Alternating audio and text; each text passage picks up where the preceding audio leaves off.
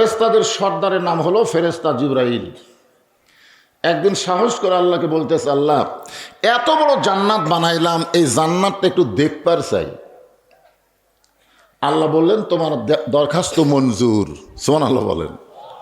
ফেরেশতা জিবরাইল চমকে উঠছে যে আল্লাহ চাওয়া মাত্রই আপনি আমাকে দিয়ে দিলেন। আল্লাহ বলে, কি দিছি একটু চিন্তা করো। তুমি জান্নাত দেখবার চাইছে, আমি তোমাকে দেখার হুকুম দিলাম, কিন্তু জান্নাতে থাকার কোনো জায়গা তোমার হবে না। জোরে কেন সুবহানাল্লাহ। জান্নাতে কারা থাকবে? কোরআনের আয়াত দিয়েই তো আপনারা শুনলেন, কেবলমাত্র বান্দা বান্দিরা, এছাড়া কেউ জান্নাতে থাকতে পারবে না। ফেরেশতা জিবরাইল বললেন, আল্লাহ দেখার সুযোগ যখন পাইছি, আমি একটু দেখবার চাই। আল্লাহর হুকুমে জিবরাইল জান্নাত দেখার জন্যে জিবরাইলকে আল্লাহ তাআলা 600 পাখা দিয়েছে। জোরে কোন কয়শো পাখা? 600। ফেরেশতা জিবরাইলের 600 পাখা দিয়ে যদি উড়াল দেয়, তাহলে তার গতি কেমন হয়? একবার ফেরেশতা জিবরাইল নবীর কাছে আসলেন। আল্লাহ নবী বলেন, জিবরাইল লহে মাহফুজ থেকে আমি নবীর কাছে আসতে তোমার কত সময় লাগে? মানে কোরআন শরীফের আয়াত নিয়ে আমি নবীর কাছে আসতে তোমার সময় লাগে কত? ফেরেশতা জিবরাইল বললেন, হুজুর চোখ বন্ধ করবেন আর খুলবেন, এর বেশি সময় লাগবে না। সুবহানাল্লাহ কোন না কেন? তাহলে জিবরাইলের গতি আলোর গতির চাইতেও কোটি কোটি গুণ বেশি। আলোর কিন্তু একটা গতি আছে, আছে না নাই? 1,86,000 প্রতি সেকেন্ডের গতি, লক্ষ বর্গমাইল। এটা হচ্ছে আলোর গতি। তার চাইতেও বেশি গতি হলো জিবরাইলের। ফেরেশতা জিবরাইল 600 পাখা নিয়ে জান্নাত দেখার জন্য উড়াল দিলেন, জান্নাত দেখার জন্যে। এই দুনিয়ার 1 বছর পর্যন্ত জান্নাত দেখলেন, কিন্তু জান্নাতের সীমানা পাইলেন না, সীমানা। ফেরেশতা জিবরাইল বললেন, আল্লাহ দুনিয়ার 1 বছর ধরে উড়াল দিয়ে জান্নাত দেখলাম, এখন পর্যন্ত জান্নাতের সীমানা পেলাম না। এই জান্নাত কত বড়? আল্লাহ বললেন, জান্নাত কত বড়? দুনিয়ার 1 বছর সময়ের উড়াল দিয়া তুমি মাত্র দেখলে 1 আনা। 16 আনার কয় আনা? ফেরেশতা জিবরাইল বলতেছে, তাহলে আর দেখবো না। আল্লাহ বলতেছেন, দেখবা না কেন? জিবরাইল বলতেছে, পরের জায়গা আমার দেখে লাভ কি? আপনার বলেন তো, জান্নাত কি জিবরাইলের জন্যে না আমাদের জন্যে? আমরা আল্লাহর বান্দা, আমাদের জন্যে। পরের জায়গা পরের জমি ঘর বানায় আমি রই, আমি কিন্তু জমির মালিক নই। আসার সময় রাস্তা দেখলাম এই সাইডে একটা সেই বাড়ি, আমি কিন্তু 2 বার তাকাছি। তাকানোর পরে এই গান আমার মনে হয়েছে যে কে রে, পরের জায়গা পরের বাড়ি, আমার দেখে কোনো লাভ আছে? জোরে কোনো লাভ আছে? ফেরেশতা জিবরাইল বললেন, আল্লাহ আর দেখবো না। কেন দেখবো না? বলে, পরের জায়গা আমার দেখা লাভ কি? আল্লাহ বলে, বুঝলা কিন্তু 1 বছর পরে বুঝলা। জিবরাইলকে বলতেছে, বুঝলা ঠিকই, কিন্তু কয় বছর পরে? আমরা যারা এখানে বসে আছি, আমরাও কিন্তু বুঝবো। কখন বুঝবো? আল্লাহ বললেন, জিবরাইল তাহলে জান্নাত যখন দেখবা না, জান্নাত থেকে বের হও। ফেরেশতা জিবরাইল বললেন, আল্লাহ আমার থাকার যখন সুযোগ নাই, বের হওয়া তো লাগবেই। তো যাওয়ার আগে আপনাকে একটা প্রশ্ন করব। আল্লাহ বলে, কি প্রশ্ন? জিবরাইল বলতেছে, যাদের জন্য এত বড় জান্নাত আপনি বানাচ্ছেন, আমার মনে হয় তারা কোনোদিন জান্নাত দেখা শেষ করতে পারবে না। 600 পাখার উড়াল দিয়া দুনিয়ার 1 বছরে দেখলাম মাত্র কয় আনা? যারা আলোর চাইতে কোটি গুণ বেশি গতি, আর সেই জিবরাইল 1 বছরে দেখলো 1 আনা। তাহলে 16 আনা জান্নাত যাদেরকে আপনি দিবেন, আমার মনে হয় তারা জান্নাত দেখে কোনোদিন শেষ করতে পারবে না। আল্লাহ বলে, জিবরাইল আমার বান্দাকে তুমি জানো কিন্তু চিনো না। জোরে কোন সুবহানাল্লাহ। আমার বান্দা সম্পর্কে তোমার জানা আছে, কিন্তু চেনা নাই। এত বড় জান্নাত আমার বান্দা বান্দির দেখতে কত সময় লাগবে? যদি তুমি জানবার চাও, আগামী জুমার দিনে। কোন দিনে? মুয়াজ্জিন যখন জুমার নামাজের আজান দেবে, ওই আজান শোনার পরে সর্বপ্রথম যে মুসল্লি মসজিদের মধ্যে আসবে, তাকে জিজ্ঞাসা করলেই তুমি জানতে পারবে এত বড় জান্নাত আমার বান্দারা কেমনে দেখবে। সুবহানাল্লাহ করলেন না? আপনাদের কি মনে হয় জিবরাইল ফেরেশতার চাইতে আমাদের ক্ষমতা কম না বেশি? যালিকা ফাদলুল্লাহি ইউতিহি মান ইয়াশা আল্লাহু যুল ফাদলিল আযীম। আল্লাহ তাআলা এত বড় ক্ষমতা বান্দা বান্দীদেরকে দান করেছে, ধরে কোন সুবহানাল্লাহ। আমি সেই ক্ষমতার কথা আজকে কোরআন থেকে বলবো। তার আগে আমি বলতেছি, আপনারা হলেন আল্লাহর বান্দা। সুবহানাল্লাহ বলেন। যারা আমার সামনে বসে আছেন, দাঁড়িয়ে আছেন, সকলকেই অন্তরের অন্তঃস্থল থেকে আমি শুভেচ্ছা জ্ঞাপন করছি। আমার সম্মানিত মা বোনেরা, পর্দার অন্তরালে বসে বসে যারা আলোচনা শুনতেছেন, তাদেরকে শ্রদ্ধা জ্ঞাপন করে এই মুহূর্তে জানতে চাচ্ছি আপনারা সকলে কেমন আছেন। এই দেখেন, এই ছেলেটা যে এই জায়গাতে এসে বসলো, আপনারা বলেন তো ওর পায়ের স্যান্ডেল কোথায়? ওই যখন এখানে এসে বসলো, আপনারা ওর দিকে খেয়াল করছেন? আপনার তো নিচে বসে আছেন, খেয়াল নাই। আমি উপর থেকে দেখতেছি স্যান্ডেল হাতত নিয়ে, কারো মাথার ধার দেয়, কারো টুপির ধার দিয়ে, মনে হয় দুই একটা গাওয়াত বাড়িও লাগলো। আপনারা সত্যি করে বলেন তো, এই মাথার দাম বেশি না স্যান্ডেলের দাম বেশি? তাহলে পায়ের স্যান্ডেল আপনার মাথার বাড়ি খাওয়াবেন, এটা আপনি চান? তো যদি না চান তো ফাঁকা রাখছেন কেন? ফাঁকা দেখে এসে চারজন বসলো একসাথে। এই মাঝে মাঝে ফাঁকা না রেখে সাইডে রাখেন, অসুবিধা নেই। তো যে কথা বলতেছি, শুরুটা একটু মনোযোগ দিয়ে শোনেন, তারপরে আলোচনা যখন শুরু হবে আপনার বুঝতে সহজ হবে যে আল্লাহ তাআলা আমাদেরকে দয়া করে রহম করে আজকের এই জান্নাতের বাগানে কবুল করেছেন। আমরা খুশি না বেজার? তাহলে জবান খুলে সমস্বরে সকলে বলবো, রব্বানা লাকাল হামদ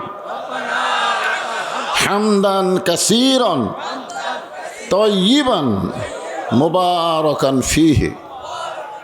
আমরা আল্লাহর প্রশংসা করলাম। আমাদের মতো ভাগ্যবান কেউ নাই। এমন একজন আল্লাহ পাইছি যার লয় নাই, ক্ষয় নাই। আয়াতুল কুরসির প্রথমেই দেখবেন আল্লাহ বলতেছেন, আল্লাহু লা ইলাহা ইল্লা হুয়াল হাইয়ুল কাইয়ুম। চেয়ারম্যান সাহেব যাচ্ছে, হ্যাঁ, কান্দাবার কথা না, আচ্ছা ঠিক আছে যান। হ্যাঁ, চেয়ারম্যান সাহেব মেরে দিয়েছে যে হুজুরের কাছে কান্দানি লাগবে, কান্দে যাবেন। কি কথা! বাংলাদেশের মানুষ কোন জায়গায় কান্দা লাগবে এটাই জানে না। বাপ মরলে কান্দে না, একটা দুধের গাভী মরছে কান্দিচ্ছে। বাপ মরছে কয়, বয়স হলে তো মরবি, বয়স হলে। ওরে কি ধৈর্য রে, অর্থকত পারি নাই। আর দুধের একটা গাভী দেখে গেছে 2 লাখ টাকা দাম করছে, কিন্তু একটা হার্ট ফেল করে মরিছে। ওরে কান্দন ভাই, গরু মরলে কান্দে, বাপ মরলে কান্দে না। এরা কোন সময় কান্দা লাগবে জানি না। তোর কোন কথা ঠিক কিনা? আল্লাহর প্রশংসা করার কারণ হলো গফিরাতপুর হিন্দু জায়গার মধ্যে মুসলমানের বসবাস। সরল বলেন, নাম কি? গুপি নাথপুর। এই জায়গায় থাকা লাগতো ভগবানের দল, কিন্তু ভগবানের গোষ্ঠী নাই, সব আল্লাহর বান্দারা বসে গেছে। ধরে কোন সুবহানাল্লাহ। এটা ভাগ্য, ভাগ্য। আমাদের ভাগ্য এত ভালো যে আমরা বিশ্ব নবীর উম্মত হওয়ার তৌফিক পেয়েছি। বলেন সুবহানাল্লাহ। নিদানে আখেরাতে তরাইতে পলসে রাতে কান্ডারি হইয়া নবী পার করিবেন সেই তরণী। সবাই বলেন নবী মোর পরশমণি, নবী মোর সোনার খনি, নবী নাম ভাবে যে জন সেই তো দোজাহানের ধনী। আলহামদুলিল্লাহ। এখন যে কোরআন থেকে সূরা আসর নিয়ে আপনাদের সামনে আলোচনা হবে, আপনারা সবাই এক বাক্যে বলবেন, এই কোরআনের মধ্যে কোনো সন্দেহ? সবাইকে বলা লাগবে তো। এটা কি আমার কথা না আল্লাহর কথা? যিনি কোরআন আমাদেরকে প্রেরণ করেছেন তিনিই কোরআনের প্রথমে বলতেছেন, জালিকাল কিতাবু লা রাইবা ফিহ হুদাল্লিন নাস। হুদাল্লিল নাস। এই কোরআনের প্রথমে আপনারা জানেন না, আমি বক্তা ইচ্ছা করে ভুল করলাম, এই কারণেই করলাম আপনাদের কাছে আমি জানবার চাচ্ছি। কারণ এখানে যদি আল্লাহ হুদাল্লিন নাস বলতো তাহলে একটু ফাঁক ফুঁক থাকতো, যে যায় আসবে মাহফিলে তারা হেদাত পাবে, কিন্তু না, এখানে আল্লাহ মুত্তাকিন শব্দ ব্যবহার করে বুঝাই দিলেন কোরআন থেকে পাইকারি হারে হেদাত পাওয়া যাবে না, কোরআন থেকে হেদাত নিতে গেলে মুত্তাকি হওয়া লাগবে। জোরে কোন কথা ঠিক কি না? তো সেই কোরআন আজকে আপনাদের সামনে ছোট্ট একটা সূরা, খুব খেয়াল করবেন, সূরা আসর। আসর শব্দের অর্থ হলো সময়। জোরে বলেন কি? আচ্ছা, 5 ওয়াক্ত নামাজের মধ্যে একটা নামাজের নামও কিন্তু আসরের নামাজ, নাই নাকি? হ্যাঁ, লাইলাতুল মিরাজে আল্লাহ যখন নবীকে 5 ওয়াক্ত নামাজ দিচ্ছেন, আমরা অনেকে বলি নবী 50 ওয়াক্ত পাইছিল। আসার সময় মুসা নবীর সাথে দেখা হলো, মুসা নবী বলল যে আপনার উম্মতেরা 50 ওয়াক্ত পারবি না, আপনি কমাইলে আসেন। নবী আল্লাহর কাছে গেলে আল্লাহ 5 ওয়াক্ত কমাই দিল, 45 ওয়াক্ত নিয়ে আসতেছিল। মুসা নবী বলল পারবে না। এভাবে নবী 9 বার গেছে। কয়বার? শেষে 5 ওয়াক্ত আছে। মুসা নবীর সঙ্গে যখন দেখা হলো, মুসা নবী বললেন এই 5 ওয়াক্তও পারবে না। নবী বললেন আর কমাবার চাই না। এ ওয়াজ বক্তা করেছে, শ্রোতারা শোনার সময় শুনে ওয়াজ শুনে যাচ্ছে আর বলতেছে যদি মুসা নবীর সাথে দেখা না হতো, মানে শ্রোতারাই গল্প করতেছে, যদি দেখা না হতো তাহলে 24 ঘন্টার মধ্যে 50 ওয়াক্ত নামাজ আমরা কেমনে পড়তাম রে? কি ভাবতেছেন? যে রাসূল নিজেই বলেছেন ইন্নী বুইসতু মুআল্লিমান, নিশ্চয় আমি শিক্ষক হিসাবে দুনিয়াতে প্রেরিত হয়েছি। জোরে কোন সুবহানাল্লাহ। এ কথাটা আল্লাহ নবী বলেছেন। নবী শিক্ষক হিসেবে দুনিয়াতে এসেছেন। নবীকে শিক্ষা দেওয়ার মতন যোগ্যতা কারো নাই। একমাত্র শিক্ষক হলেন আমার আল্লাহ। জোরে বলেন কে? তো মুসা নবী বলতেছে পারবি না, আবার যান, পারবি না, আবার যান, পারবি না, আবার যান। যেই নবীর জুতার পরশে আল্লাহর আরশ ধন্য হয়, সেই নবীকে 9 বার পাঠানোর মতন যোগ্যতা মুসা নবীর নাই। জোরে কোন কথা ঠিক কথা বলেন না কেন ভাইজান? আপনারা বলেন তো, বাইতুল মুকাদ্দাসে যে 2 রাকাত নামাজ হলো, কয় রাকাত? এই 2 রাকাত নামাজের ইমামতি কে করছে? মুসা নবী না আমাদের নবী? এই নামাজ পাওয়ার আগেই কিন্তু 2 রাকাত নামাজ পড়ছে। আল্লাহর আরশে যাওয়ার আগেই এই দুনিয়ায় বাইতুল মুকাদ্দাসে নবী 2 রাকাত নামাজ পড়াছেন। তার মানে বোঝা গেল ওই সময় মুসা নবী ইমাম হওয়ার যোগ্য হয়নি, ইমাম হয়েছে আমাদের নবী। যার কারণে আমাদের নবীর একটা ডিগ্রি হলো ইমামুল আম্বিয়া, ইমামুল মুরসালিন। এখন 50 ওয়াক্ত হোক, আমরা যেটা পাইছি সেটাই ওয়াজ করতেছি। কয় ওয়াক্ত? জোরে বলেন না কেন? কয় ওয়াক্ত? 5 ওয়াক্ত নামাজের মধ্যে 3 ওয়াক্ত নামাজ তাড়াতাড়ি হয়। আসরের নামাজের পরই কিছুক্ষণ পরে মাগরিবের নামাজ, তার কিছুক্ষণ পরই এশার নামাজ। কিন্তু এশা থেকে ফজর, ফজর থেকে জোহর, এই 2 ওয়াক্ত লম্বা সময়। জোরে কোন ঠিক কিনা?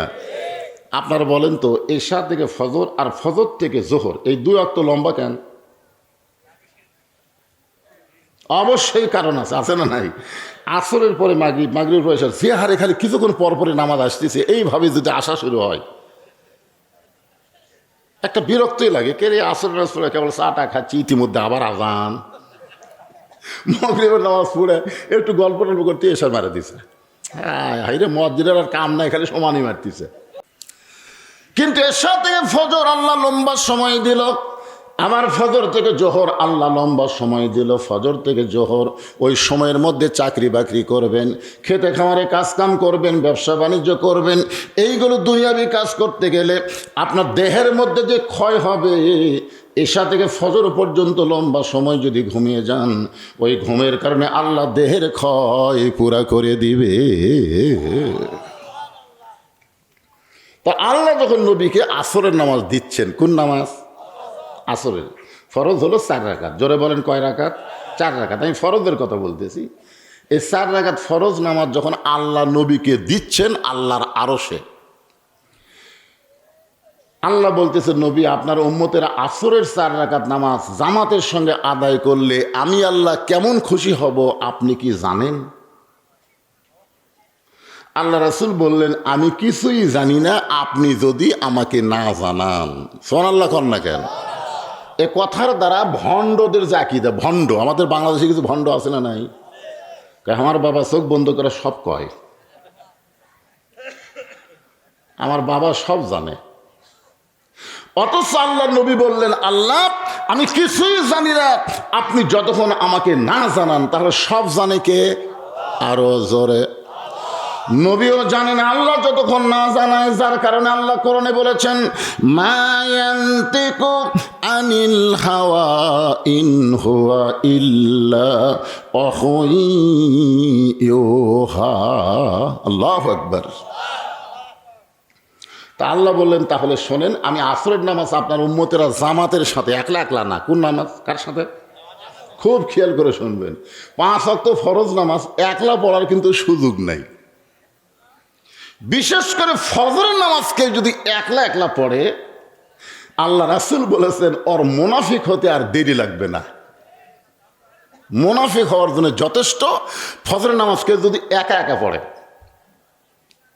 ফজরের নামাজ একা একা পড়া যাবে না, জামাতের সঙ্গে পড়া লাগবে। জোরে কোন কথা ঠিক না? আপনারা বলেন তো, বর্তমানে বাংলাদেশে কোন নামাজের করুণ অবস্থা? কথা কয় না। ফজরে যত মুসল্লি কম, বাংলাদেশে তত মুনাফিক বেশি। জোরে কোন কথা ঠিক কিনা? তাহলে ফজরের নামাজের চেহারা দেখলে মনে হচ্ছে আমাদের বাংলাদেশ মুনাফিকের ফ্যাক্টরি। আপনারা বলেন তো, মুনাফিকের জায়গা কোন জায়গাতে হবে? হাই সর্বনাশ রে, যে ধরে কইছে। যারা কাফের, যারা বেঈমান, তারা থাকবে জাহান্নামের উপরে, আর মুনাফিকেরা থাকবে জাহান্নামের নিচে। আল্লাহ রাসূল বলেছেন, কাফের বেঈমান পেশাব পায়খানা করবে, নিচে থেকে মুনাফিকেরা খাবে। নাউজুবিল্লাহ, জোরে কর।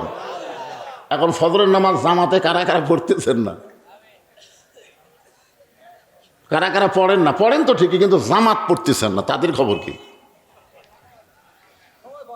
সময় পায় না, সময় আল্লাহ বাইর করে দিবি, দেরি করেন। একটু মনোযোগ দিয়ে শোনেন। আসরের 4 রাকাত ফরজ নামাজ যখন আল্লাহ নবীকে দিচ্ছেন, আল্লাহ বলতেছেন, হাবিব গো, এই আসরের নামাজ জামাতের সঙ্গে আপনার উম্মতের আদায় করলে আমি আল্লাহ কেমন খুশি হব আপনি কি জানেন? রাসূল বলেন, আমি জানি না। আল্লাহ বলে, তাহলে আমি আপনারে জানাই। এই যে কোরআন শরীফের আপনারা আওয়াজ শুনবেন, আপনারা বলেন তো, এই কোরআন শরীফের মধ্যে সবচাইতে বেশি আল্লাহ কোন নবীর নাম উল্লেখ করছেন? মানে আপনারা সবাই কোরআন পড়েন না তো বুঝবেন কেমনে? ওই একটু পড়ে মেরে দিছে মুসিয়া, ঠিকই তো তাই। সমস্ত নবীদের চাইতে আল্লাহ মুসা নবীর কথা এই কোরআন শরীফে বেশিবার উল্লেখ করেছেন। মুসা নবী মাঝে মাঝে একটা জায়গায় যাইয়া আল্লাহর সঙ্গে কথা বলতেন। সে জায়গার নাম হলো তুর পাহাড়। ধরে বলেন, জায়গার নাম কি? এই কথা শুনে সাহাবীর একটু মন খারাপ। আল্লাহ রাসূল বললেন, মুসা নবী তুর পাহাড়ে গেলে আল্লাহ যেমন খুশি হয়, আমার উম্মতরা আল্লাহর নামাজ পড়ার জন্য মসজিদে যখন যাবে, আল্লাহ মুসা নবীর মতোই খুশি হবে। ধরে কেন সুবহানাল্লাহ। আপনারা কি তুর পর্বতে যাওয়ার পারবেন? কিন্তু দৈনিক 5 বার কোথায় যাবেন? মসজিদে যাবেন। মসজিদে যাইয়া আপনারা কার সাথে কথা বলবেন? আপনি যখন আল্লাহু আকবার বলে নামাজের নিয়ত করবেন, সুন্নত পড়েন আর নফল পড়েন, আপনি যখন বলবেন আলহামদু, আপনি বলার সঙ্গে সঙ্গে নামাজের মালিক আল্লাহ বলবেন লিমানিল হাম। আলহামদু শব্দের অর্থ, আমি হাত বান্ধার পরে বলতেছি আলহামদু। আলহামদু শব্দের অর্থ হলো আমি প্রশংসা করতেছি। আল্লাহ বলে লিমানিল হাম, তুমি কার প্রশংসা করো? না, আগে আস্তে আস্তে শোনা লাগবে তো। তখন আমরা বলবো লিল্লাহ, আল্লাহর প্রশংসা করে। আল্লাহ বলতেছেন মানিল্লাহ, কোন আল্লাহর? এখন বলেন তো, আল্লাহ কয়জন? কিন্তু তারপরেও আল্লাহ কেন বলতেছে মানিল্লাহ, কোন আল্লাহর? কারণ আল্লাহ জানে মসজিদে ঢোকার সময় তুমি চোরের ভয়ে জুতা হাতত নিয়ে তোমার সেজদার সামনে থুসা। আল্লাহ দেখেনি? আপনার কোন দেখেনি ভাই? যখন জুতা হাতত লিচ্ছে, আপনার বলেন তো, এই মুসল্লি কার ভয় লিচ্ছে? চোরের ভয়ে না আল্লাহর ভয়ে? সেজদা দিচ্ছে কার? আর ভয় করছে কার? এই মানিল্লাহ, কোন আল্লাহ? কোন আল্লাহ? আজকে আলুর যে অবস্থা ভাই, আমার বাঁচার কোনো বুদ্ধি নাই। আবাদ না হলে আমি খাবো কি? ব্যবসা না হলে আমি চলতে পারবো না। প্রত্যেকটা জায়গায় মোড়ে মোড়ে আল্লাহ সেট করে রাখছে। জোরে কোন কথা ঠিক কিনা? আপনার বলেন তো, খাওয়ানোর মালিককে, বাঁচানোর মালিককে, চলানোর মালিককে। তাহলে আপনি কেন বলতেছেন আবাদ না হলে খাবো কি? এরকম লোক আছে না? নাই আবাদ না হলে কি খাবে? আল্লাহ কোরআনে বলেন, ওমা মিন দাব্বাতিন ফিল আরদি ইল্লা আলাল্লাহি রিজকুহা। আল্লাহু আকবার। খাওয়ানোর মালিককে। একটু মনোযোগ দিয়ে শুনবেন। মুসা তুর পর্বতে গিয়া দাঁড়িয়ে আছেন আসামের মতন, আপনি মসজিদে গিয়া কার সামনে দাঁড়ান? আচ্ছা খুব খেয়াল করে বলেন তো, আপনি যখন মসজিদে যায় এরকম হাত বাঁধতে দাঁড়ালেন কার সামনে? তো মুসা নবী তুর পর্বতে গিয়ে কার সামনে দাঁড়াছে? কিছুক্ষণ পরে আল্লাহ বলতেছে, মুসা অনেকক্ষণ হলে দাঁড়িয়ে আছো, তোমার খবর কি? মুসা বলতেছে আলহামদুলিল্লাহ। তো মুসা আলাইহিস সালাম চিন্তা করতেছে, আল্লাহ যখন আমার খবর শুনবার চালো, তাহলে আমিও আল্লাহর খবর শুনি। একটু সাহস আছে তো, আল্লাহর সাথে কথা বলতে বলতে সাহস হয়ে গেছে। তো বলতেছে, আল্লাহ আপনার খবর কি? যে বলছে আল্লাহ আপনার খবর কি, আল্লাহ বলতেছেন, মুসা আমি আল্লাহ কেমন আছি যদি জানবার চাও, ইজহাব ইলা ফিরাউন ইন্নাহু তাগা। ফেরাউনের কাছে যাও, কারণ ফেরাউন আর জাগাত নাই, সীমা লঙ্ঘন করছে। সীমা লঙ্ঘন বোঝেন?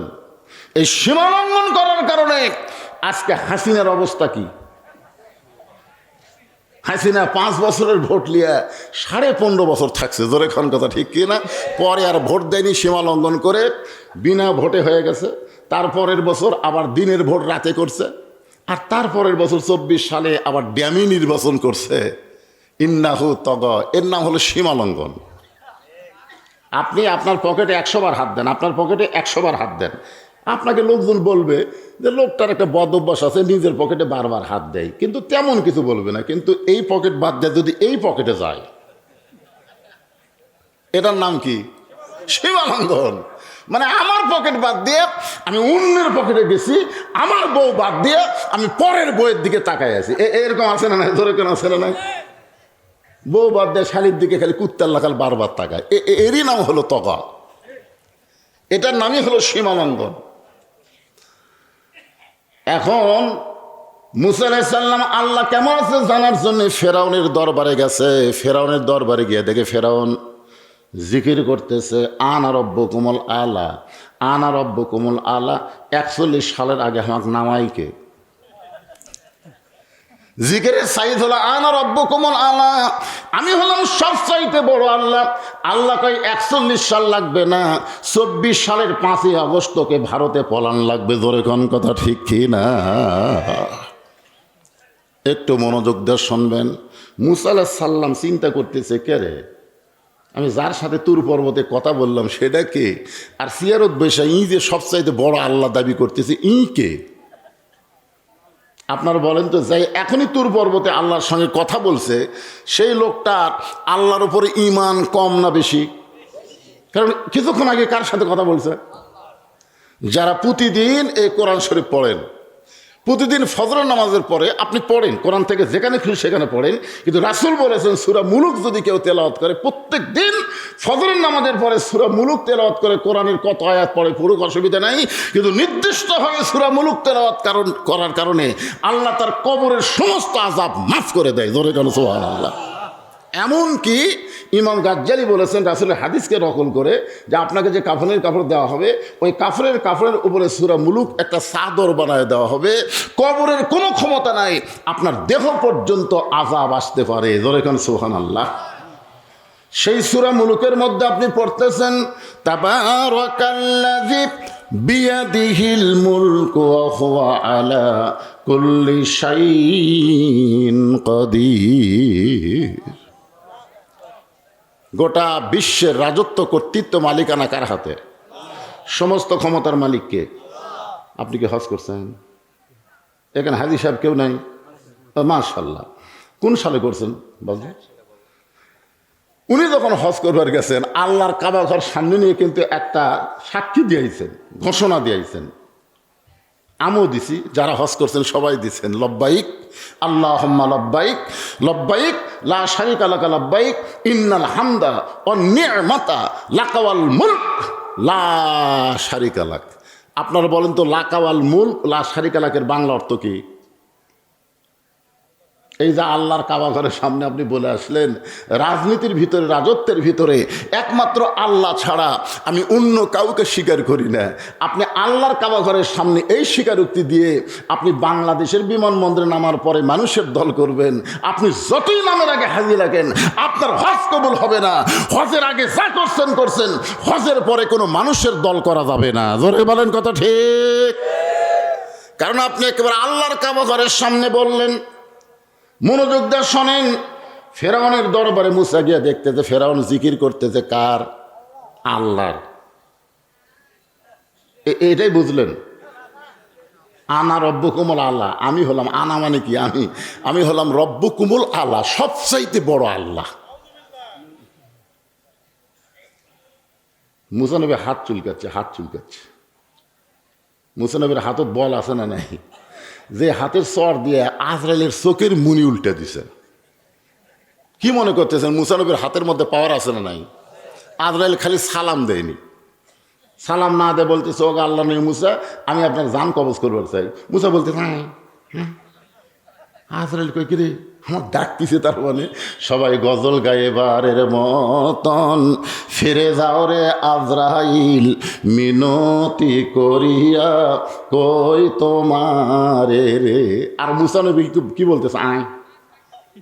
আজরাইল যেই মুসা নবীর দিকে আসতেছে সঙ্গে সঙ্গে মুসা যোগাযোগ করছে কার সাথে?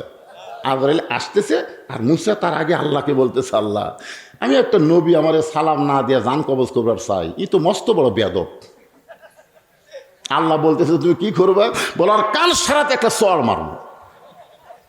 আল্লাহ এই মুসা তুই কোথায় আর আজরাইল কোন জায়গায়? ওর সাথে তুই পারবি? মুসা বলতেছে আল্লাহ তুমি কি মনে করছো আমি একলা চড় মারবো? আল্লাহ কয় তোর সঙ্গে কে থাকবে?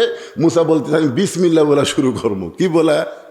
সর্বপ্রথম বাংলাদেশ স্বাধীনতার পরে যিনি বিসমিল্লাহ বলে কাজ শুরু করেছেন তিনি হলেন শহীদ প্রেসিডেন্ট জিয়াউর রহমান। জোরে কোন কথা ঠিক কিনা? আপনার বলেন তো বিসমিল্লাহর মধ্যে বরকত আছে না নাই?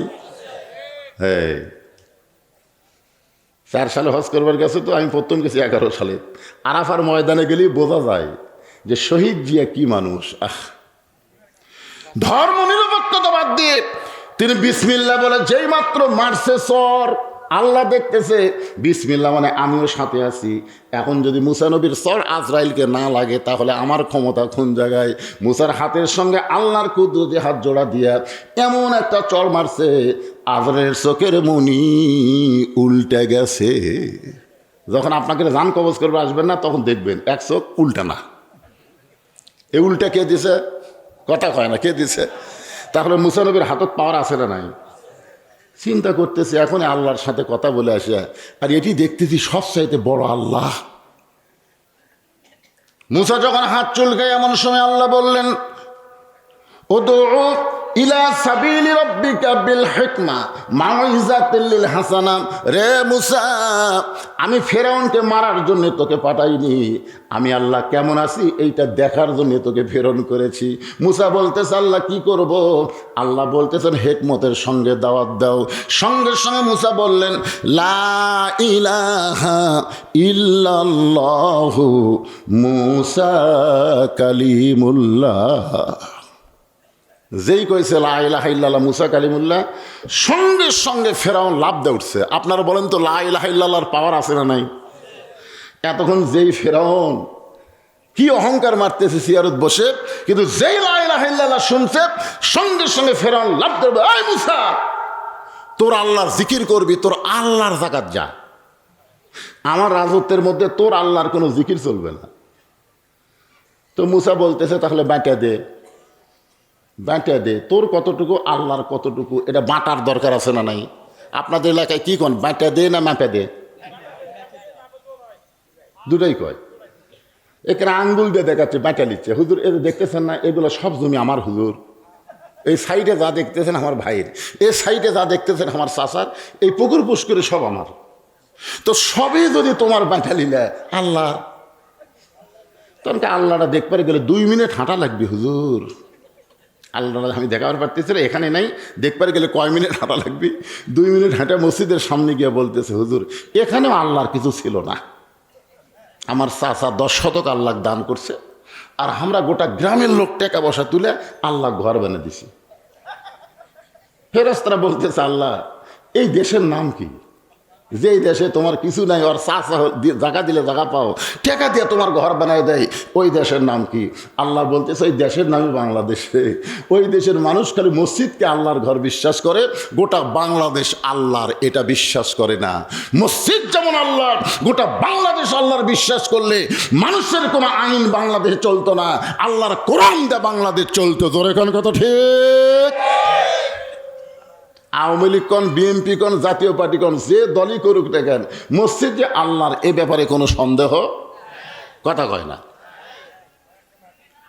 আওয়ামী লীগও কিন্তু দেখাচ্ছে ওই যে আল্লাহর ঘর, বিএনপি বলতেছে আল্লাহর ঘর, জামাত কয় আল্লাহর ঘর, তাবলিগ কয় আল্লাহর ঘর।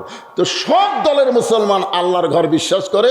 এই জন্য মসজিদের মধ্যে যাই দেখবেন কোনো দলাদলি হয় না, সবাই মিলে পায়ের গোড়ালির সঙ্গে গোড়ালি মিল করে কাতার সোজা করে। ধরে কোন কথা ঠিক কি না? আওয়ামী লীগ যদি 4 আঙ্গুল সামনে যায়, বিএনপি হাত ধরে টান মারতেছে, লাইনও তাই লাইনও তাই।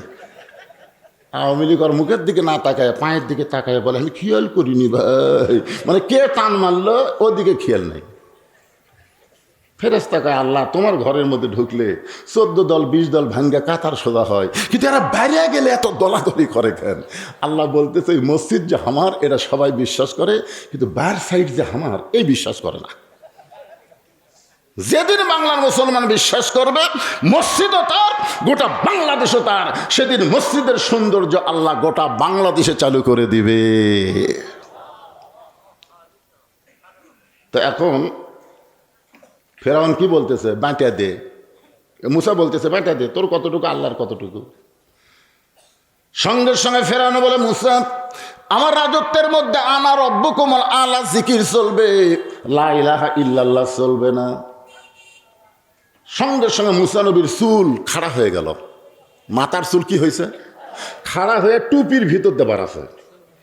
মুসা নবী যখন রাগ করে তখন সব চুলগুলা খাড়া হয়। আল্লাহ বলে মুসা তুমি যেভাবে রাগ করেছো আমার অর্ডার হলো এখন তুমি দৌড় দেও। মুসা বলতেছে আল্লাহ কেবল মোশান লিচ্ছি। আল্লাহ বলতেছে আমার অর্ডার হলো দৌড় দেও। 15.5 বছর আমরা দৌড়াদৌড়ি করছি, কি কোন দৌড়াননি? আর হাসিনা কি বলে আমার ভয়ে বিএনপি বাড়ির থাকে না, আমার ভয়ে জামাত বাড়ি ছাড়ছে, আলুর বাগুড়ের মধ্যে লুকে আছে আমার। কি মনে করতেছেন মুসা নবীকে ফেরাউনের ভয় করছে? কথা কয় না রে ভাই, চুল খারাপ হয়ে গেছে এখন লাগাবি। ইতিমধ্যে আল্লাহ হুকুম করলো মারো দৌড়। আল্লাহর হুকুমকে পালন করতে মুসা যখন দৌড়ায় ফেরাউন বলতেছে আমার ভয়ে দৌড়ায় রে সাঙ্গ পাঙ্গ, চলো আমরা ফেরাউনকে একটু ধাওড়ায় রেখে আসি। কিছুক্ষণ পর মুসা নবী তাকায় দেখে ফেরাউন তার দলবল নিয়ে আসতেছে। আল্লাহ বলে মুসা রে পিছন দিকে তাকাস না, সামনের দিকে দৌড়া। মুসা বলতেছে আল্লাহ দুনিয়ার সমস্ত মানুষ মনে করবে আমি মুসা ফেরাউনের ভয়ে দৌড়াই। আল্লাহ বলতেছে মানুষ কি মনে করলো সেটা পরের কথা, জাগা মতো যা, আমি আল্লাহ ওরে সাইজ করব। 24 সালের 5ই আগস্ট আসা লাগবি তো, তার আগে তো সাইজ হবি না।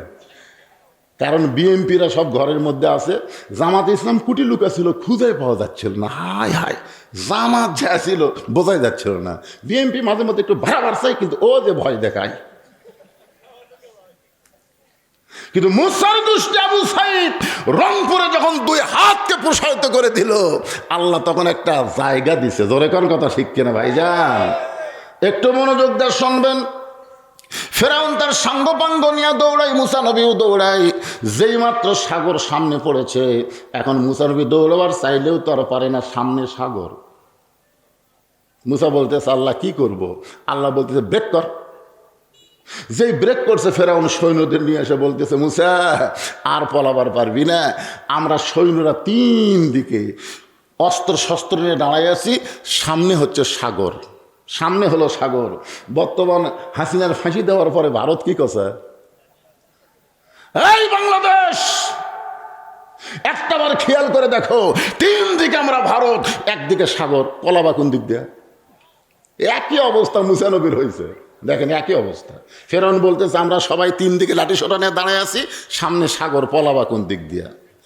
সঙ্গে সঙ্গে আল্লাহ জানাই দিলেন নাসরুম মিনাল্লাহি ওয়া ফাতহুন কারীব ওয়াবাশশিরিল মুমিনিন। আমার সঙ্গে যারা পারেন তারা পড়েন হাসবিয়াল্লাহু নিমাল ওয়াকিল ওয়া নিমাল মাওলা ওয়া নিমান নাসির। আল্লাহ বলে মুসা তোমার হাতের মধ্যে কি আছে? বলে লাঠি, মারো বাড়ি। মুসা বলতে আছে আল্লাহ যত লক্ষ লক্ষ লাঠি লিয়ে খাড়ায় আছে, এটি আমার এক লাঠির খাওয়া আছে? আল্লাহ বলে মুসা আমি কোন জায়গায় বাড়ি মারা কইছি? সাগরে একটা বাড়ি বসো। মুসা নবী যেই সাগরে বাড়ি মারছে আল্লাহর প্রতি ভরসা করে, সঙ্গে সঙ্গে সাগরকে আল্লাহ 12 লাইন রাস্তা বানিয়ে দিয়েছে। সামান্য কয়েকজন সঙ্গী নিয়ে মুসা নবী আল্লাহর শুকরিয়া আদায় করার কারণে ওই সাগরের তলদেশে এক নিয়তে 4 রাকাত নামাজ আদায় করেছে। আল্লাহ ডাকলেন হাবিব, ওই সাগরের তলদেশে মুসা নবীর 4 রাকাত নামাজ আমি আল্লাহর কাছে এত ভালো লাগছে, আপনার উম্মতের জন্য আমি সংরক্ষণ করে রাইখে দিয়েছি। আজকে লাইলাতুল মেরাজে আপনাকে আসরের 4 রাকাত নামাজ হিসেবে দিয়ে দিলাম। এই 4 রাকাত নামাজ যখন আপনার উম্মতেরা জামাতের সঙ্গে আদায় করবে, আমি আল্লাহ মুসা নবীর সমপরিমাণ সওয়াব তার আমল নামায় দিয়া দিব। সূরাটার নাম কি? আর আমি আপনাদের ফজিলত শোনালাম আসরের নামাজের। এখন আসেন যুবক যারা বসে আছো, বাবা তোমাদের জন্য আজকে এই ওয়াজটা করা। আসর শব্দের অর্থ হলো সময়। সময়ের দাম বোঝে না, সারা জীবন ঘুষের চাকরি করছে, এখন চাকরি রিটায়ার হয়ে গেছে, এখন সময়ের গুরুত্ব দিছে।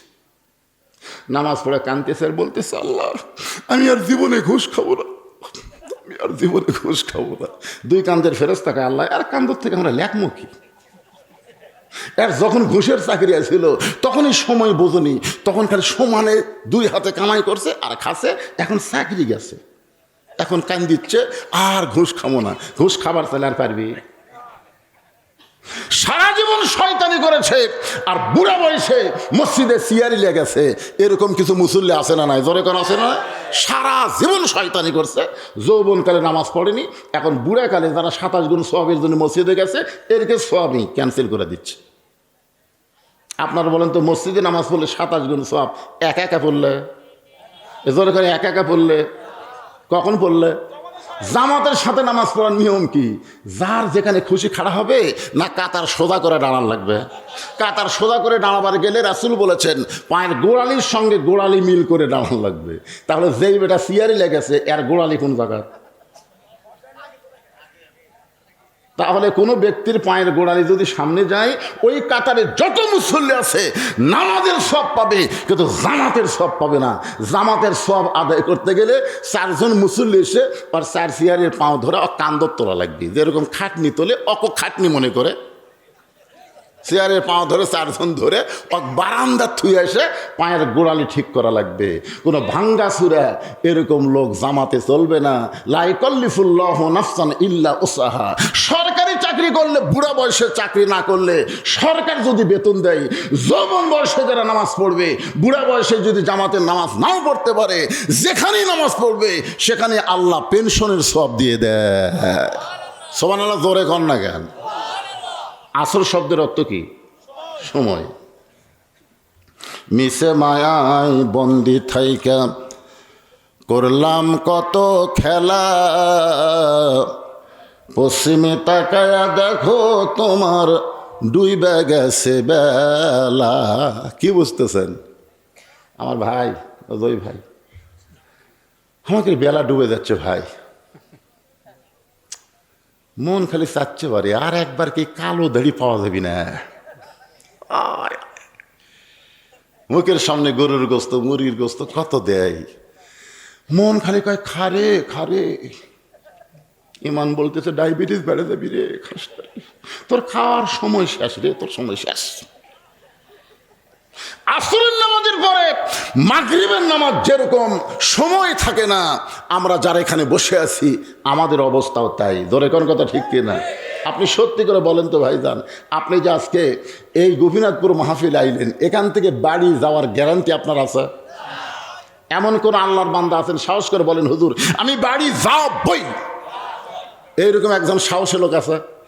তার মানে কি বুঝাচ্ছেন যে এখান থেকে বাড়ি যাওয়ার গ্যারান্টি যদি না থাকে তাহলে মাগরিব এশার নামাজ বাদ দিয়া যেই যুবকের আওয়াজ শুনতেছে এর কে খবর কি?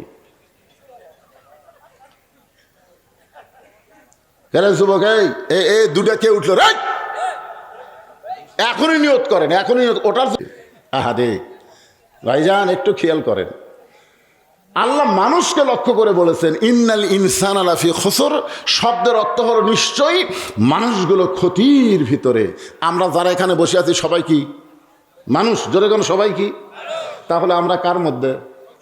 এ কথা কে বলছেন? কেন বললেন? ক্ষতির মধ্যে আমরা পড়ব না। আল্লাহ এখানে চারটা বিষয় বলেছেন, ইল্লাল্লাযীনা আমানু ওয়া আমিলুস সলিহাতি ওয়া তাওয়াসাউ বিল হক ওয়া তাওয়াসাউ বিস সবর। মাইকের সাউন্ড একটু বেশি চ্যানচ্যান করতেছে বাবা, সাউন্ডটা মিষ্টি করে দাও তো। এখানে বিষয় হলো চারটা। ধরে কোন কয়টা? খুব খেয়াল করুন আঙ্গুলের দিকে, চারটা। এক নম্বর বিষয়ের নাম হলো ঈমান। ঈমান যদি না থাকে গরুর গোশত খাওয়াই যাবি না। কি আপনাকে এদিকে কিছু লোক আছে না নাই, গরুর গোশত খাওয়াবি না। আপনার বলেন তো গরুর গোশত গোশতের মধ্যে সবচাইতে ভালো, আর সেই গোশত খাওয়া যাবি না, আল্লাহ নিষেধ করছে। ঠিক বাবা বাবার কথা মতো খায় না, আল্লাহর কথা মতো। একটু মনোযোগ দেবেন। ঈমান কারে কয়? ঈমান সম্পর্কে রাসূল বললেন ইকরার বিল লিসান, তাসদিক বিল জানান, আমল বিল আরকান, এরই নাম হলো ঈমান। শুধু জবানে আল্লাহ বললে হবে না, তাসদিক বিল জানান, কলিজার মধ্যে আল্লাহর জায়গা দেওয়া লাগবে। শুধু কলিজার মধ্যে আল্লাহর জায়গা দিলে হবে না, আমলের মাধ্যমে প্রকাশ করা লাগবে। এখানে যারা বসে আছেন আমাদের সকলের মুখে আল্লাহ আছে না নাই? যদি না থাকে তাহলে ভরেলেন আল্লাহ আল্লাহ আল্লাহ, লা ইলাহা ইল্লাল্লাহ, লা ইলাহা। আচ্ছা, এটা খুবই সহজ, জবানে আল্লাহ স্বীকার করা খুবই সহজ, কিন্তু তাসদিক বিল জানান, এই আল্লাহটা কলিজার মধ্যে ঢুকানো খুবই কঠিন। আল্লাহ যখন কলিজার মধ্যে জায়গা পাবে, ওই লোকটার চরিত্র কেমন হবে? দরকার হলে জীবন দিবে, কিন্তু এক মুহূর্তের জন্য ঈমান ছাড়বে না। ওই লোকটার কাছে জীবনের চাইতে ঈমানের দাম বেশি। এখন আমরা যারা এখানে বসে আছি, আপনারা সত্যি করে বলবেন জীবনের দাম বেশি না ঈমানের দাম বেশি?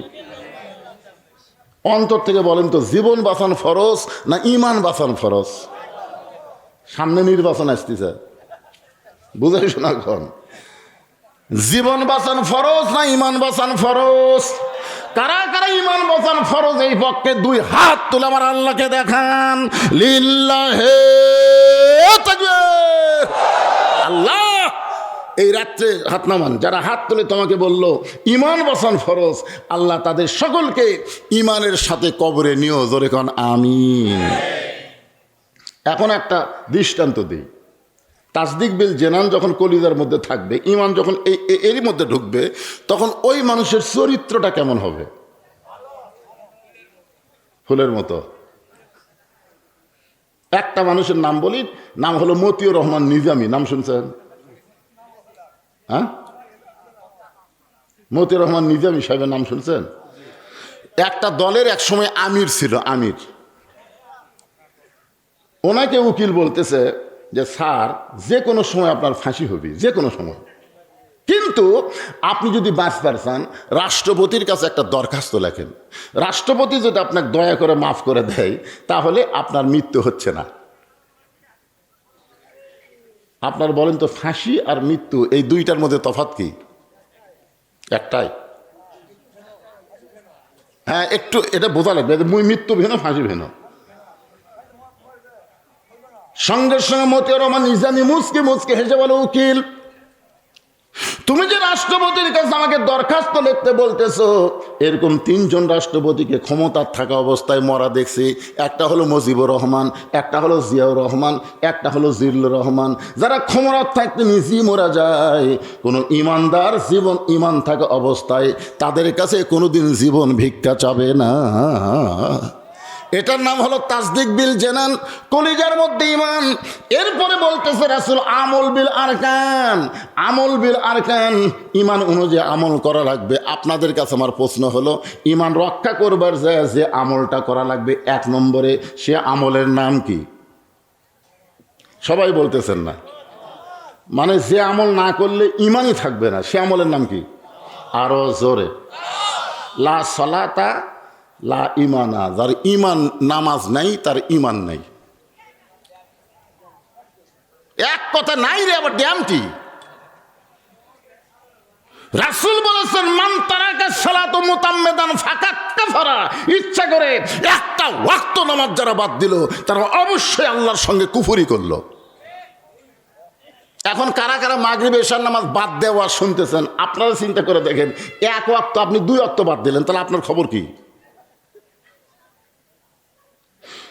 সূরা আসরের 2 নম্বর বিষয় হলো আমিলুস সালিহাত। এখন আপনারা বলেন 42 বছর হলে আমি নামাজের ওয়াজ করতেছি, কত বছর? আল্লাহ কোরআনে 82 জায়গায় নামাজের কথা বলেছেন। আমি বক্তা 42 বছর হলে নামাজের ওয়াজ করতেছি, আর আল্লাহ কোরআনে সবচাইতে বেশি নামাজের কথা বললেন। এরপরও বাংলাদেশের মুসলমান দাবিদার নামাজ আদায় করে না। জোরে কোন কথা ঠিক কি না? এখন এই নামাজ আদায় করার জন্যে বক্তার ওয়াজ দেওয়া হবে না, বক্তার ওয়াজ দেওয়া হবে না। বর্তমানে বাংলাদেশের মুসলমানকে যদি আমরা নামাজি বানাবার চাই, তাহলে আল্লাহর কোরআনে রাষ্ট্র লাগবে। কথা বলেন, সত্য কথাটা বলেন। যেই কোরআনের ওয়াজ শুনতে আইছেন ভাইজান, এই কোরআনটা আসলে কি বোঝা লাগবে না? হয়তো ওমর ফারুক শুধুমাত্র আল্লাহর কোরআন দেখার জন্য, এই কোরআনটা কি নিজে তো জানি, তারপরে নিজের চোখে আবার দেখার জন্য। আপনারা তো খালি শুনাই যাচ্ছেন, দেখার মতন সুযোগ হচ্ছে না।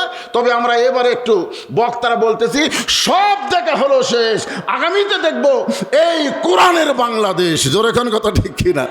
আমরা বলতেছি, কিন্তু দেখা হবে কিনা আল্লাহ ভালো জানে।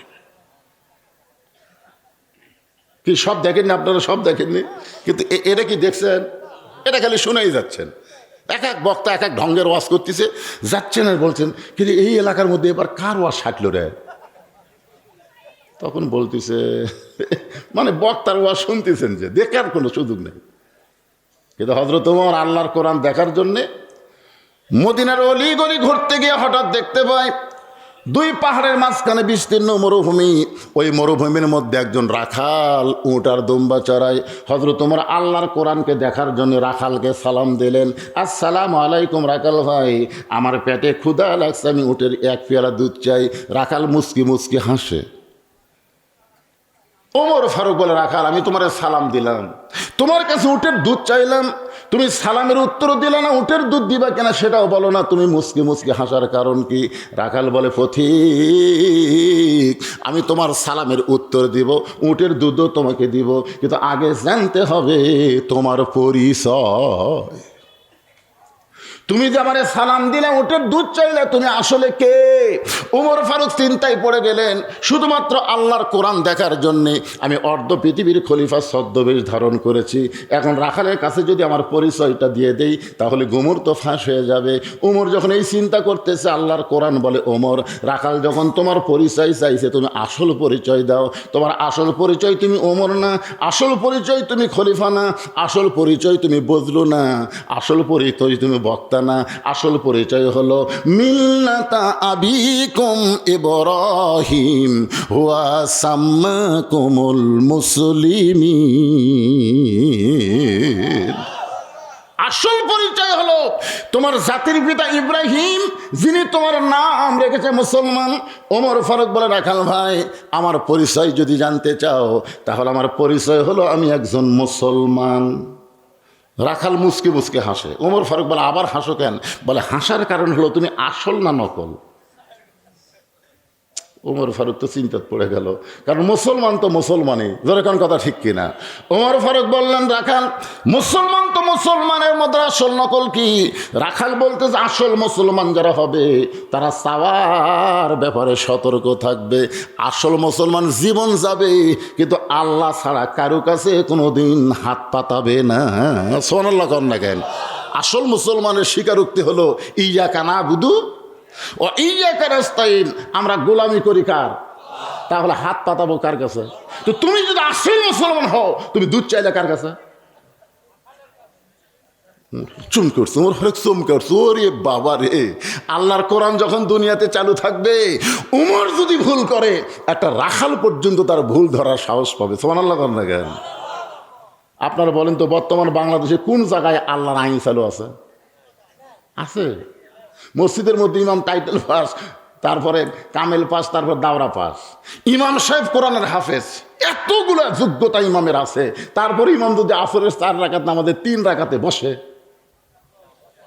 সাধারণ একজন ভ্যান চালক ওই 2 নম্বর কাতারে আছে। কে রে, আসরের বৈঠক 2 রাকাত পর 4 রাকাত পর, কিন্তু হুজুর যে 3 রাকাতত বসলো। আল্লাহু আকবার। যে আল্লাহু আকবার কাছে ইমাম মনে মনে করে, যতই লোক মাদে, আমি 41 সালের আগে উঠবো না। আপনারা বলেন তো, এই মনে করে ইমাম যদি বসেই থাকে, তাহলে সমস্ত মুসল্লি ওই ভ্যানালার পক্ষে না নেতার পক্ষে? কেন ভ্যানালার পক্ষে? ইমাম, তোমাকে আমরা ইক্তেদা করব ততক্ষণ, তুমি নবীর তরিকা মোতাবেক নামাজ পড়াবে যতক্ষণ। নবীর তরিকা বাদ দিয়ে তুমি নিজের তরিকা বানালে লোকমা দেব, যদি না দাঁড়াও তোমাকে বাদ দিয়ে নতুন একটা ইমাম বানাবো। কারণ মসজিদ হলো আল্লাহর ঘর, একমাত্র আল্লাহর আইন চলবে, মানুষের কোনো নীতি চলবে না। জোরে কোন কথা ঠিক? ওমর ফারুক চোখের পানি নিয়ে বলে, রাখাল, চাওয়ার ব্যাপারে আমার ভুল হয়ে গেছে। রাখাল, চাওয়ার ব্যাপার আমার ভুল হয়ে গেছে। ওমর ফারুক বলে, রাখাল, ভুলটা যখন স্বীকার করছো, তাহলে আল্লাহ তোমাকে তওবা করার সুযোগ দিয়েছে। যেরকম আমি অনেক মাহফিল আওয়ামী লীগদের বলি যে, ভাই, তোমরা যারা বাংলাদেশে আসো, ওই লুকানো নেতার কথা শুনে এই লকডাউন শাটডাউন তোমরা করবো না। কারণ ওরা তো আছে সেফ জায়গায়। ধরে কোন জায়গায় কথা কন না কেন? এই যারা মাঝে মধ্যে বিবৃতি দিচ্ছে ফেসবুকে, এরা বাংলাদেশে আছে, ওরা লুকা থেকে বলতেছে লকডাউন শাটডাউন। এই কথা শোনা কতগুলা চামচে গেছে ভাই, পাশা লাল। ধরে কি লাল? গোপালগঞ্জ থেকে ঢাকা বাসের ভাড়া বসা থাকলে 500, আর খাড়া হলে 1000। বসে থাকলে কত? আর খাড়া হলে 1000। কারণ এমন বেড়াছে বসবারই পারতেছে না। বসলে 500 ভাই, আর খাড়া হলে 1000। কি জন্যে? পাশা লাল। যেই দলের একটা মেম্বার থেকে প্রধানমন্ত্রী পর্যন্ত পলায় যায়, সেই দল করে যারা ভুল করছেন, আজকে তারা স্বীকার করে তওবা করেন। এখন আপনাদের তওবা করার সুযোগ আছে। জোরে কোন কথা বলেন? রাখাল বলতেছে, পথিক ওমর ফারুককে বলতেছেন, ভুলটা যখন স্বীকার করেছো, আল্লাহ তোমাকে তওবা করার সুযোগ দিয়েছে। ওমর ফারুক বলে, রাখাল, তাহলে আমি তওবা করতেছি। রাখাল বলে, তুমি মূর্খ মানুষ, তুমি তওবা কেমনে করবা? বরং আমি তওবা করাই, তুমি আমার সঙ্গে তওবা পড়ো। ওমর ফারুক বলে, রাখাল, আমি মূর্খ, এই কথা তোমাকে কে বলল? আপনার বলেন তো, ওমর ফারুক কি মূর্খ? রাসূল বলেছেন, আমার পরে কেউ যদি নবী হতো, লাউ কানা ওমর, আল্লাহ ওমরকে নবী বানায় দিত। রাখাল বলতে, তুমি মূর্খ মানুষ। ওমর ফারুক বললেন, আমার মধ্যে মূর্খামির কি দেখলা? রাখাল বলতে, চাওয়ার ব্যাপারে যে সতর্ক থাকে না, এ দুনিয়ার সব চাইতে বড় মূর্খ। ওমর ফারুক বলে, ঠিক আছে রাখাল, তাহলে তুমি আমার তওবা পড়াও। এবার রাখাল হযরত ওমরকে তওবা পড়াচ্ছেন, আস্তাগফিরুল্লাহাল্লাযী লা ইলাহা ইল্লা হুয়াল হাইয়ুল কাইয়্যুম ওয়া আতুবু ইলাইহি। ওমর ফারুক তওবা পড়ার পরে বলতেছো, রাখাল ভাই, আল্লাহর রাস্তায় ওঠার 1 পেয়ালা দুধ দাও। রাখাল মুস্কি মুস্কি হাসে। ওমর ফারুক বলে, রাখাল আবার হাসতে কেন? রাখাল বলে, এই মাত্র তওবা করার পরে তুমি আবার মুনাফিকি করলে। যেই বলছে, এইদিকে কে গল্প করে, এই সাইডে কে গল্প করে, এই দেখেন তো কোরআনের মাহফিল বাদ দিয়ে বাহিরে যারা গল্প করে, এরা হলো সবচাইতে বড় দুর্নীতিবাদ। জোরে কোন কথা ঠিক কিনা? তোমার মন চাই বাড়ির যা ঘুম পাড়ো, তুমি কোরআনের মাহফিলে আশেপাশে গল্প করতেছো, তার মানে মন যদি না চাই বাড়ির যাও, হয় মরদ হও, হয় নারী হও। নারী থাকবে বাড়ি, মরদ থাকবে আমার সামনে। কিন্তু হিজড়া হয়েও না। রাস্তাঘাটে যারা ঘুরতেছে, এরা হলো হিজড়ার দল। ধরে কর কিসের দল? আচ্ছা, আপনার বলেন তো, মেয়ে মানুষের জন্য আপনার বসার ব্যবস্থা করেননি? যারা এখন করছেন কি করেন, মরদ মানুষের জন্য আপনার বসার ব্যবস্থা করেননি, তাহলে যারা ঘুরতেছে এরা কোন দল? মরদ হলে মরদের মধ্যে আসো, নারী হলে নারীর মধ্যে যাও, কিন্তু বাইরে ঘোরাফেরা করো না। হিজড়া আমাদের কাহালুতে গাঁড়িয়ে গাঁড়িয়ে, হিজড়া ভদ্র ভাষা, আর গাঁড়িয়া হলো গ্রাম্য ভাষা। দেখি এবার কোন গাঁড়িয়া কথা কয় দেখি। কি মনে কষ্ট পাচ্ছেন? ওমর ফারুককে লক্ষ্য করে রাখাল বলতেছে, এই মাত্র তওবা করে তুমি আমার মুনাফিকি করলে। ওমর ফারুকের চেহারা রক্তের মতন লাল হয়ে গেছে, কারণ মুনাফিক শব্দটা ভালো না খারাপ? ওমর ফারুক বলে, রাখাল আমার মধ্যে মুনাফিকের কি দেখলা? সঙ্গে সঙ্গে রাখাল বলতেছে, লিমা তাকুলু মালা তাফআলুন। তোমার মুখের সাথে মনের মিল নাই, তুমি সত্যি করে বলো তো, আমি কি উটের মালিক? বলো, আমি যদি উটের মালিক হইতাম তাহলে তুমি আমাকে রাখাল বলতে না, আর যখন আমাকে রাখাল বলতেছো তখন তোমার মন বলতেছে আমি উটের মালিক না। আর উটের মালিককে বাদ দিয়ে রাখালের কাছে কেউ যদি আল্লাহর হস্তেও চায়, রাখাল দিবার পারবে? যার প্রমাণ আমি নিজেই তার প্রমাণ। আপনার বাইকোলা ওয়াশ করে টেস্ট থেকে কেবল নামছি, ইতিমধ্যে এক লোক এসে 100 টাকা দিয়ে হুজুর দোয়া করেন। টাকা 100 চকচকা পরে থুয়ে বললাম, কি ধোয়া? বলে, হুজুর আমার বইয়ের পেটে বাচ্চা আছে, আল্লাহ যেন একটা পুত্র দেয়। তখন আমি চিন্তা করলাম, কে রে, আমি তো 3 মেয়ের বাপ, আমি নিজেই 3 মেয়ের বাপ, আমার দোয়া দিয়ে যদি পুত্র হতো তাহলে আল্লাহ আমাকে একটা দিত। তো এখন চিন্তা করবি, দিলে 100, আমি দিলে 100 দিই, তাহলে কেমন লাগে? অন্য পকেট থেকে 200 বারে রক দিলাম। তাই হুজুর আমি কি টাকা আছে, আমি দোয়া চাই। মানে পাগলা, তুইও যা, আমিও তাই। বলে, হুজুর আমি হলাম শ্রোতা, আপনি হলেন বক্তা। পাগল, 3টা মেয়ের বাপ হয়েছে, এত দোয়া করার পরেও আল্লাহ পুত্র সন্তান দেয় নাই। আমার দোয়া যদি আমার বইয়ের পেটের বাচ্চা পুত্র না হয়, তাহলে তোর বইয়ের হবে? তাহলে ওদের একটা কাম করেন, আপনার টাকা আপনি না আমাকে দেন। পরে যেই টাকা দিছি মারতেছি, দৌড়ানো বললাম, কোথায় যাবি? বলে, হুজুরের কাছে যাবো, তার পুত্র সন্তান আছে। আমি কইলাম, কোনো হুজুর না, কোনো পীর না, কোনো বাবা না, কোনো মাজার না, পাবার যদি চাও আসল মালিকের কাছে চাও। আসল মালিকের নাম কি? আরো জোরে জোরসে বলুন। রাখাল বলতে, সত্যিই যদি আল্লাহর হস্তে উঠে 1 পেয়ালা দুধ চাও, তাহলে এখান থেকে মালিকের বাড়ি হলো 10 মাইল দূরে। ওই মালিকের বাড়ির দরজা গিয়া বলো, মালিক তোমার রাখাল উট আর দুম্বা চড়াই, তুমি মালিক যদি হুকুম দাও তাহলে রাখাল আল্লাহর হস্তে উঠে 1 পেয়ালা দুধ দিবে। উমর ফারুক বলতেছে, রাখাল ভাই, কষ্ট করে 10 মাইল দূরে মালিকের বাড়ি যাওয়ার দরকার নাই, বরং তোমাকে 2টা টাকা দিলাম, এই 2টা টাকার বিনিময়ে তুমি ওটের 1 পেয়ালা দুধ দাও। রাখাল মুসকি মুসকি হাসে। উমর ফারুক বলে, আবার হাসো কেন? বলে, হাসার কারণ হলো তুমি হজরত উমরকে চিনো। হাসার কারণ হলো তুমি হজরত উমরকে চেনো। যে উমরকে চিনতে এরকম বেসাইজা প্রস্তাব দিতে না। তুমি জানো উমরের গুপ্ত বাহিনী যদি দূর থেকে দেখবার পাই, তুমি আমার 2 টাকা ঘুষ দিছ। আর আমি মালিক বাদ দিয়ে তোমাকে ওটের 1 পেয়ালা দুধ দিছি, তাহলে তোমাকেও ধরবে, আমাকেও ধরবে। এই বুড়া বয়সে তুমি ধরা পড়ে চাও?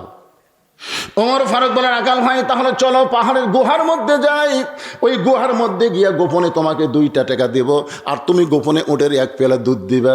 উমরের গুপ্ত বাহিনীও দেখতে পাবে না, আর তোমার মালিকও জানতে পারবে না। রাখাল চিল্লায় বলে, তুমি ভণ্ড, তুমি ভণ্ড, তুমি ভণ্ড। উমর ফারুক বলে, রাখাল আমার মধ্যে ভণ্ডামির কি দেখলা? রাখাল চোখের পানি বের করে বলে, পথিক, ওই পাহাড়ের গুহার মধ্যে দেওয়া নেওয়া করলে উমরের গুপ্ত বাহিনী দেখতে পাবে না, আমার মালিক জানতে পারবে না, কিন্তু রাখালের আল্লাহ সব দেখতে পায়। সঙ্গে সঙ্গে উমর ফারুক মারছে দৌড়।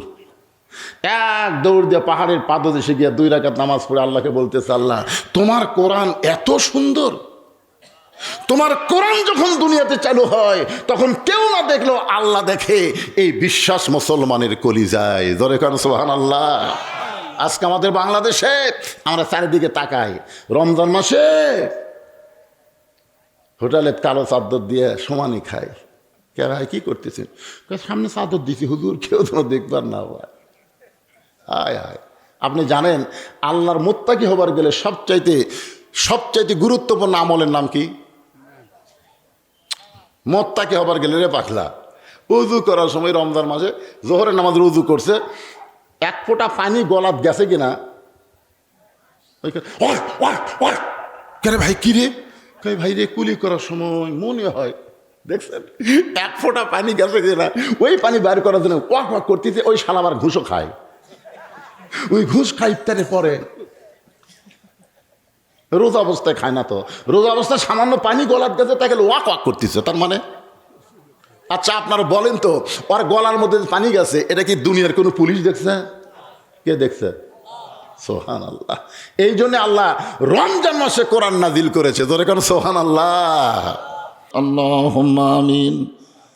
জান্নাতের বাগান থেকে জান্নাতি মানুষদেরকে নিয়ে আমি গুনাহগার তোমার রহমতের দরজায় দোখানা হাত তুলেছি। আল্লাহ, হাসরের ময়দানে জাব্বার আর কাহার নামে রূপ নিয়ে তুমি যখন বিচার শুরু করবে, তোমার সামনে দাঁড়ায়া সমস্ত নবীরা নাফসি নাফসি বলে কাঁদতে থাকবে। এমন কঠিন অবস্থা হাসরে হবে, সেদিন সমস্ত নবী তার উম্মতকে ভুলে যাবে, শুধু বলবে আল্লাহ আমার কি হবে, আমার কি হবে। একমাত্র দরদি নবী শাফাতের কান্ডারি ইয়া রব্বি হাবলি উম্মতি বলে সেজদায় পড়ে যাবে। সেই কঠিন মুসিবতের সময় আফিলকে ওসিলা করে আমাদের সবাইকে রাসূলের উম্মতের কাতারে আল্লাহ কবুল করে নিও। সুবহান রাব্বিকা রব্বিল ইজ্জাতি আম্মা ইয়াসিফুন ওয়া সালামুন আলাল মুরসালিন ওয়ালহামদুলিল্লাহি রাব্বিল আলামিন।